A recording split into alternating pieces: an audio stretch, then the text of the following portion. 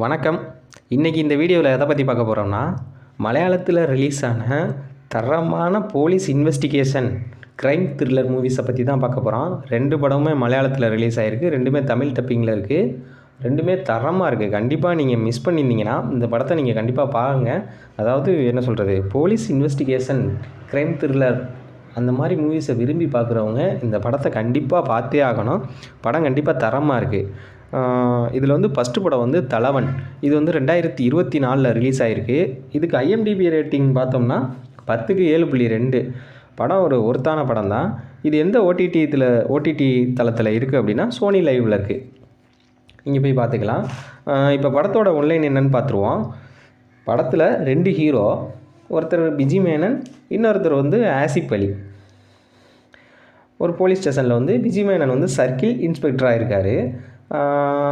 இதே ஸ்டேஷனுக்கு ஒரு 4-5 தடவை ட்ரான்ஸ்ஃபர் வாங்கிட்டு கடைசியாக வந்து யார் நம்ம ஆசிப் அலியும் வந்து அங்கே ஒரு எஸ்ஐயை ஜாயின் பண்ணுறாரு.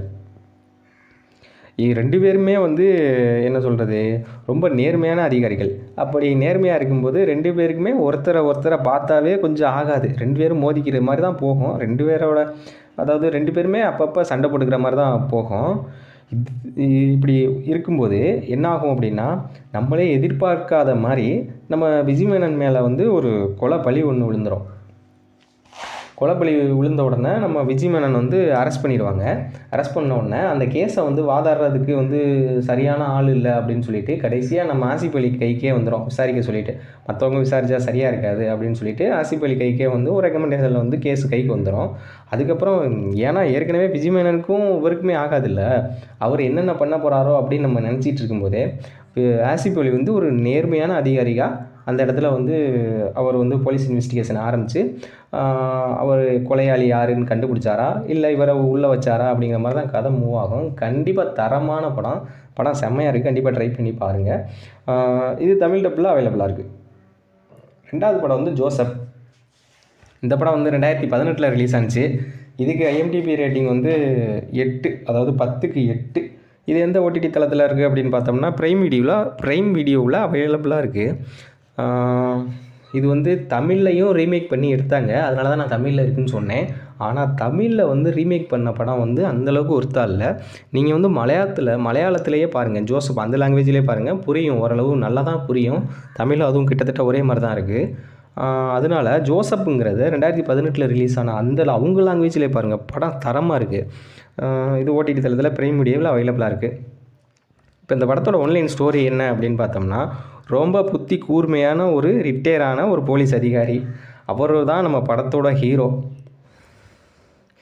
படத்தோட ஸ்டார்டிங்லேயே வந்து அவரோட பவரை காமிச்சிருவாப்புல.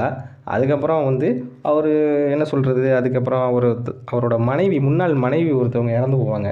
அதுக்கான காரணத்தை தேடி அவர் இன்வெஸ்டிகேஷனை ஆரம்பிப்பார்.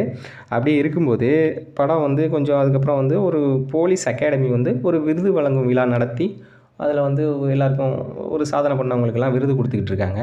அப்போ வந்து ஒருத்தரை கூப்பிட்டு ஒரு கோல்டு மெடலையும் கொடுக்குறாங்க. அந்த கோல்டு மெடலை வாங்கிக்கிட்டு அவர் வந்து ஒரு அதிர்ச்சியாகவே இருக்காப்புல. வாங்கிட்டு ஒரு 2-3 பேர் சேர்ந்து அவங்க வந்து இதில் என்ன சொல்கிறது, காரில் போகிறாங்க.